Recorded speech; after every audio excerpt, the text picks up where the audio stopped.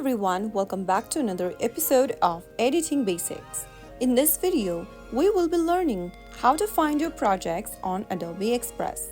Accessing your Adobe Express project is straightforward, so first of all, open your Adobe Express application to get started. Ensure that you are using the correct email and password and sign into your account. Once you are signed into your account, you will be able to see a section where it says Your Stuff at the bottom of the screen. Inside Your Stuff, you will be able to see all of your saved projects or the projects that you are currently working on.